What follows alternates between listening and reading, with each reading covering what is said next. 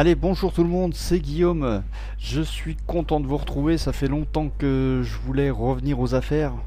Et donc j'ai profité d'avoir un nouveau kit à vous présenter pour refaire un petit peu de vidéo.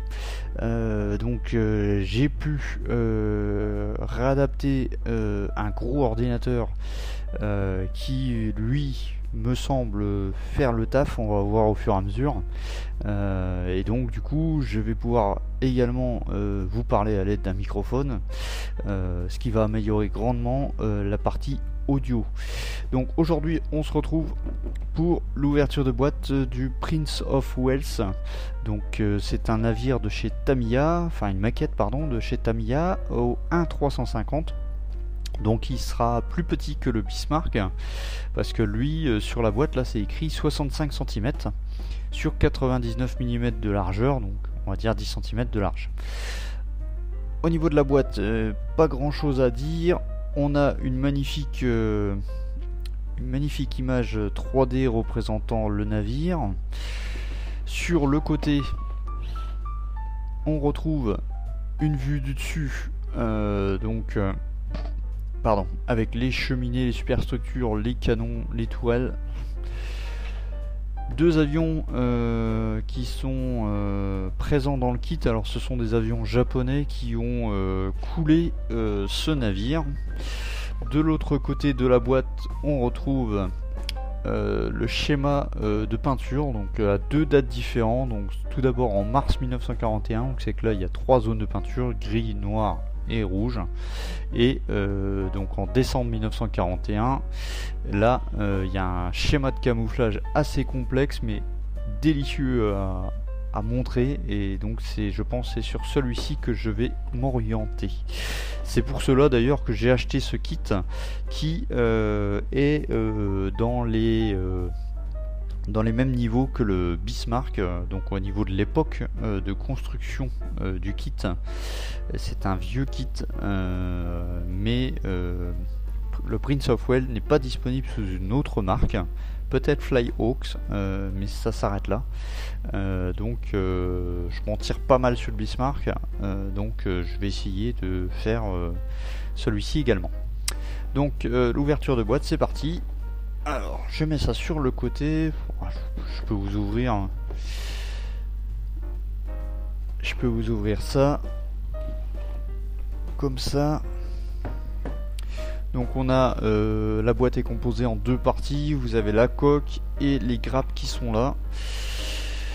Donc on va commencer par la coque. Je vais mettre ça sur le côté. Voilà. Donc la coque est une coque moulée en une seule partie. On a bien entendu la ligne de moulage qui fait le tour. Ça c'est complètement logique. On a la ligne de flottaison qui est marquée par les deux petites lignes là, sur épaisseur de ligne. Donc il faudra bien les poncer pour qu'ils ne soient pas visibles. Sur le Bismarck je les ai poncés mais peut-être pas assez sur certains endroits. On a les hublots. Qu'est-ce qu'on a d'autre? Voilà, pas grand chose en fait sur la coque, hein. Et puis donc les entrées pour les gouvernails et les hélices, hein. Donc là il y en a 4. Bon bah la coque est propre. J'ai pas de défaut hormis là, hein. Après l'ajustement ça on ne sait jamais. Le petit sachet, celui-ci il s'agit le pied de présentation. Donc je vais pas le déballer étant donné que j'ai déjà déballé sur le Bismarck. C'est exactement le même, il n'y a pas de différence. Donc celui-ci n'aura pas ce pied là. Soit je vais faire un support en bois, soit un support donc avec en laiton deux pics, et donc je viendrai visser ça directement. Donc il faudra percer la coque. Donc je vais voir, je trouve ça plus classe que le petit truc en plastique là. À voir.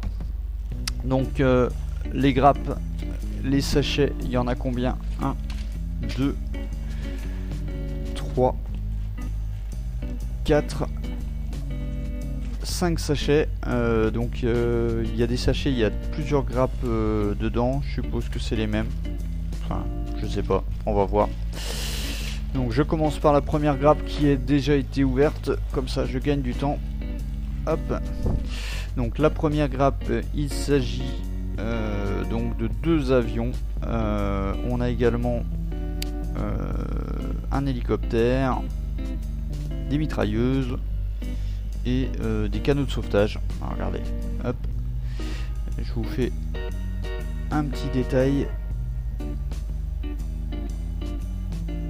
Focus, focus. Hop, hop, hop. Ah bah écoutez, je vous ferai le détail sous un autre angle de vue. C'est pas très grave. Je vous ferai ça. Je vous ferai ça zoom par zoom. Voilà. Bon, je remets dans le paquet.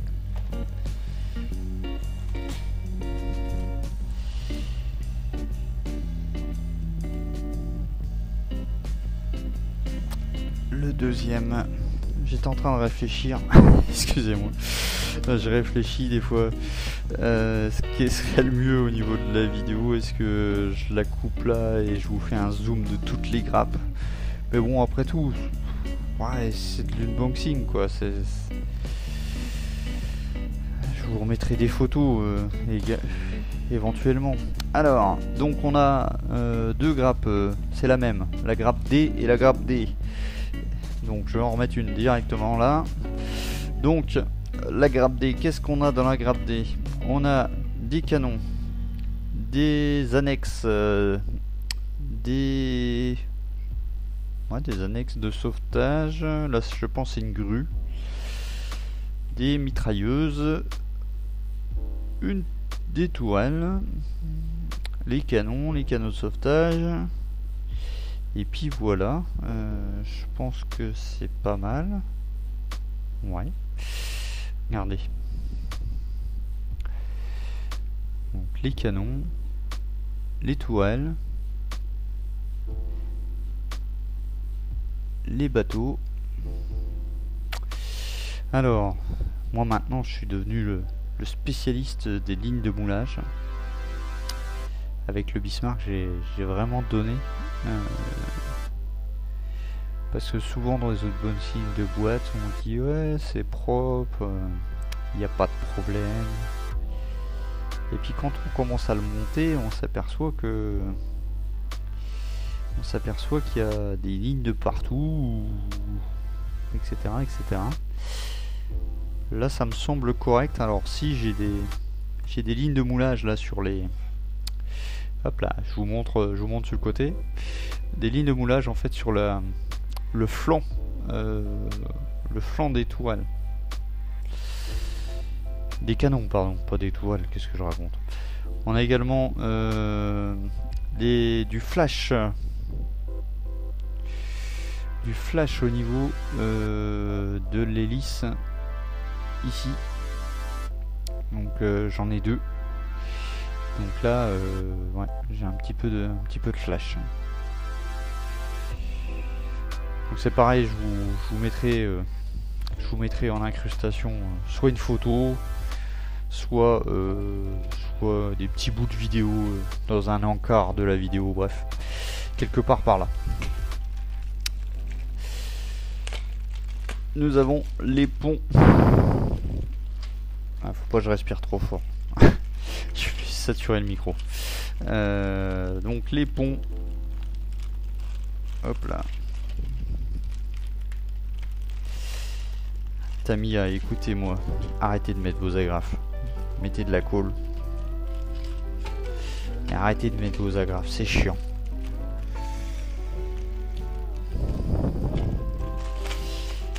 Alors, le pont est séparé en 3 morceaux, tout comme le Bismarck. Alors tiens, on peut se donner une ordre d'idée de la largeur. Voilà, ça fait à peu près ça. Hop là. Bon, c'est pas mal. Ça fait déjà une bonne embarcation. Hein. Donc, je vous l'ai pas encore dit, mais ce bateau, lui, aura la particularité de recevoir tous les add-ons possibles qu'il existe de faire sur un navire. Le premier, je l'ai fait from the box, et je me suis aperçu que quand même, il est beau, mais il manque du détail. Donc celui-ci aura un pont en bois. Il aura également de la photo découpe de partout. Je vais prendre tous les kits disponibles, les canons en métal, etc., etc. Les chaînes, je verrai si je peux trouver des chaînes en métal. Je veux vraiment y apporter un max de détaillage. Malgré que là, si vous le faites from the box, alors je sais pas si les pions seront à sauter, mais bon, il y a déjà pas mal de choses sur le pont. Par contre, bon, l'inconvénient, hein, c'est que quand vous allez coller le pont, bah, vous allez forcément avoir la ligne de jonction entre les deux et vous pouvez pas mastiquer. Bon, bah ça c'est comme ça, hein. Après, sur le Prince of Wales, vous n'avez pas trop l'embarras du choix, vous pouvez pas vous opter sur autre chose. Je suis déjà à 11 minutes, je me dépêche. Donc, Sésame, ouvre-toi. Choc.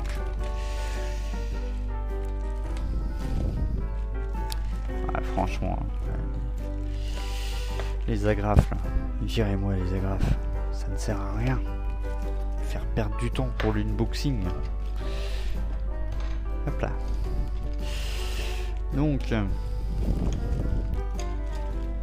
qu'est-ce qu'on a dans ce sachet? Alors, on a tout d'abord les plaques de... J'allais dire d'immatriculation, non, c'est pas une voiture. Les plaques de... pas de présentation, hein, Prince of Wales. C'est exactement la même chose que le Bismarck. Enfin, je me répète, hein. Mais c'est vrai que les kits sont assez proches. Donc là, on est pas mal. Là, c'est propre. Alors sur les petits canons, ouais, j'ai un petit peu de ligne. Voilà, j'ai une ligne qui fait tout le tour sur le 11 F11.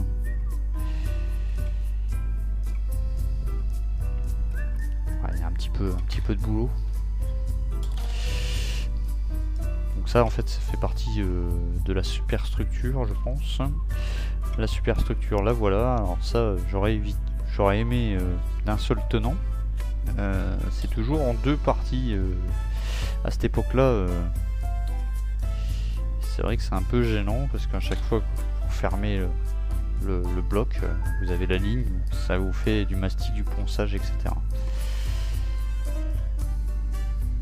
C'est bien, franchement, c'est bien détaillé.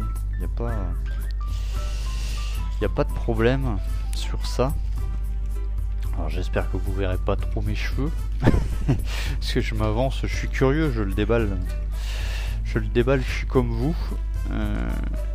Hop là.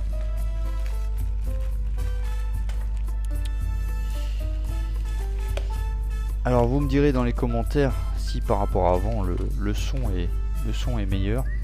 Normalement, je l'espère. J'ai investi dans un casque micro. Donc cette grappe là, bah là c'est exactement la même. En fait c'est l'opposé. Ah, quoique non. On a des espèces de grilles, des radiateurs, donc ça c'est pas mal pour poser la peinture, puis après faire du panel line ou du dry brush pour faire ressortir un peu tout ça. Là on a des portes qui sont dessinées sur la superstructure. Ça c'est bien parce que sur le Bismarck il n'y en avait pas tant que ça. Et les ouvertures sur un cuirassé, il y en a quand même pas mal. Là on a le château avant. Je sais pas si on dit château, mais bon, ça me paraît bien. Terme avant, blocos. Et donc les grosses tourelles. Alors les tourelles en fait c'est 4. Il y a 4 canons dans cette toile. C'est énorme. Qu'est-ce qu'on a d'autre? Les parties de la cheminée. Ouais, les cheminées sont plus petites quand même. Il y a 3 tourelles. Il y a 3 tourelles, 2 quadruples et une double.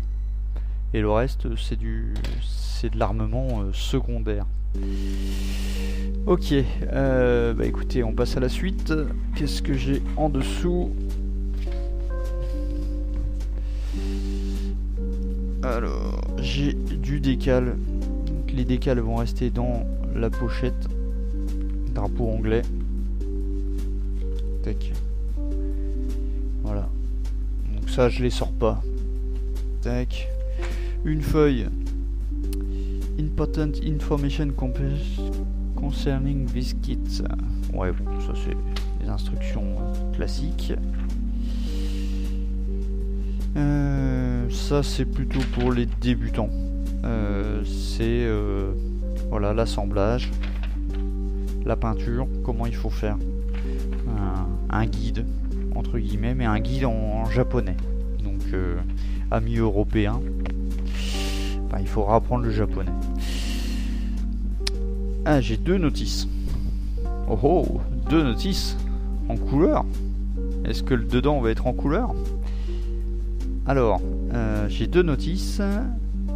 Ah d'accord, ça y est, je viens de comprendre. Il y a une notice en japonais et une notice en anglais. Donc le japonais, c'est pas pour moi. Bon bah c'est parti. Alors qu'est-ce que devant on nous indique oui, les caractéristiques du bateau. 227 mètres de long le navire original.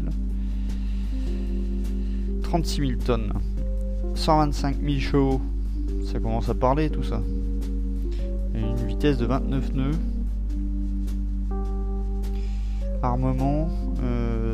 Oui, donc 8 canons. 14 inch. Alors je vous refais un petit peu de détaillage quand je commencerai le kit. Hein. Bon, c'est quand même un bateau qui a tenu le choc. Donc qui a fait la guerre du Bismarck, mais qui a fait d'autres choses. Alors là on a sur les 2 premières pages des photos d'époque. Alors ça c'est pas mal. Ça va m'aider. Malgré que certaines photos je les ai déjà. En fait maintenant ce que je vais faire c'est que si je continue bien sûr sur le navire, et ça me plaît donc je vois pas pourquoi j'arrêterais, c'est de vraiment me faire la doc sur le navire. Là par exemple sur le Bismarck, j'ai un classeur et il fait comme ça de large. J'ai pris le maximum de doc que je pouvais. Donc ici on a un historique en fait du bateau, enfin de la fin du navire, hein, avec les heures, historique, clairement ce qui s'est passé. Donc étape 1, on commence par la coque, tout comme l'autre navire. On vient mettre les supports d'armes d'hélice, les armes d'hélice. Là il nous demande de mettre les hélices mais on les met toujours à la fin. Étape 2, ce sont les tourelles, les 3 tourelles, les grosses hein, je parle.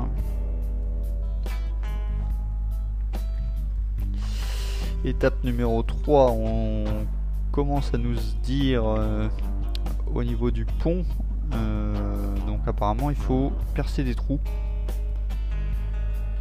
Donc on verra avec le pont en bois. Donc après c'est l'étape 4, donc là c'est le pont avant. Ah, il y a les canaux de sauvetage à mettre. Ok, donc pont arrière, pardon, pont arrière. Donc le pont avant il est là. Donc on vient mettre les tourelles avec le système qui se fixe en dessous. Hein. Et puis voilà. Donc ensuite on vient mettre ça sur la coque du navire. Excusez-moi. Hop. Donc on vient mettre ça sur le pont. L'étape numéro 8, on est sur la superstructure. Donc on vient poser les étapes. Poser les étapes. Poser les pièces au fur et à mesure. Là on a les les annexes, hein, les deux bateaux. Enfin les deux, il y en a plus que deux, mais là il y a 2 étapes. Ensuite, on continue la superstructure sur plusieurs niveaux, hein. Donc ça nous emmène jusqu'à la page, l'étape numéro 15. L'étape numéro 15, c'est la cheminée. Donc il y a 2 cheminées. Ensuite, on vient mettre la DCA, les phares de recherche. Là, on a l'hydravion. Ah, c'était pas un hélicoptère, c'est un hydravion, pardon. Ça me semblait bizarre aussi. Donc les mâts à l'étape numéro 21. On termine de les installer à l'étape 23. Et ensuite l'aubonnage, donc les fils qui raccordent. Donc eux ils nous disent de faire avec de la grappe étirée. Donc 26 étapes. Là on a le schéma de peinture.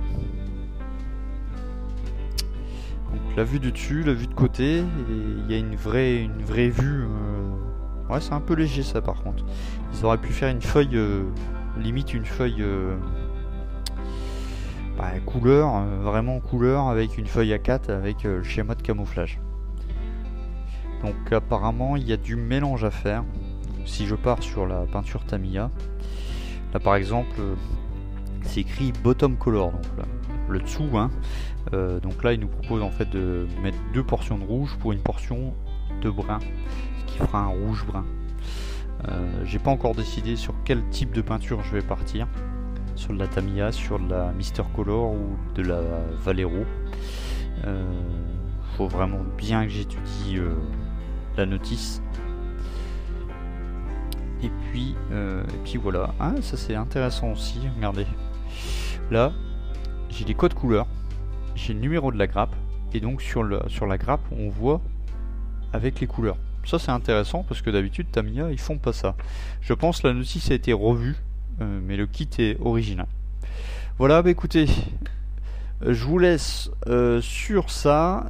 J'espère que ça vous a plu au niveau de la revue de la boîte. Et puis c'est tout. Portez-vous bien, maquettez bien, et puis à la prochaine. Ciao, bye bye.